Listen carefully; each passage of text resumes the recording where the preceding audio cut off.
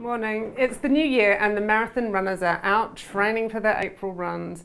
Having been a marathon runner myself in the past, I know what commitment and dedication it takes to finish, let alone do a reasonable time. And I was listening to Baz Luhrmann's track the other day. Do you know the one I mean? It's Wear Sunscreen, one of my all-time favourites. And there's a bit in there where he goes, the race is long and it's in the end it's only against yourself. And it reminded me of an article I've been reading about Silicon Valley and the unicorns, you know, the billion-dollar valuations that people have been getting for their businesses, some of whom weren't even trading. And I was reading in the context of comparing the UK investment market to the US investment market, because a young entrepreneur in the UK had actually secured $300,000 for his fintech startup. And the journalist interviewing had said, well, that's great. And the guy came back and said, well, rather glumfully, not in Silicon Valley terms, it's not.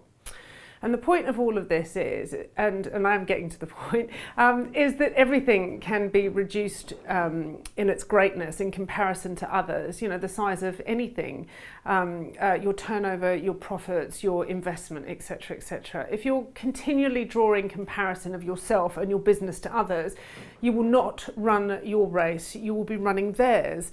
Now, I get that it's useful to see industry metrics and hang about with like-minded companies in order to learn and improve your product or service offering, and indeed your business.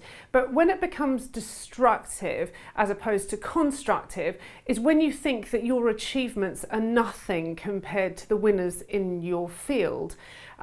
So I likened it to when the vast majority of us that choose to run a marathon, Mo Farah, we are not. The race we run is against ourselves, and it is our own ambitions and our own targets.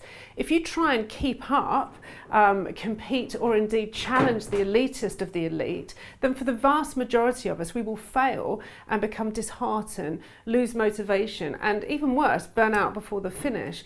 Now, I'm not saying that some of you out there aren't going to be the number one in their fields, and if you are, then good for you. What I'm trying to say is that you still have to run your own race at your own pace with an outcome and finish time that is a success for you. The business race is long, and in the end, it's only against yourself and your hopes and dreams and ambitions. Beware of trying to race the guys or gals beside you. Instead, carve your own destiny, run your own race in your own time, and make sure you finish, because in the end, that's the point, isn't it? To make it round all 26 miles.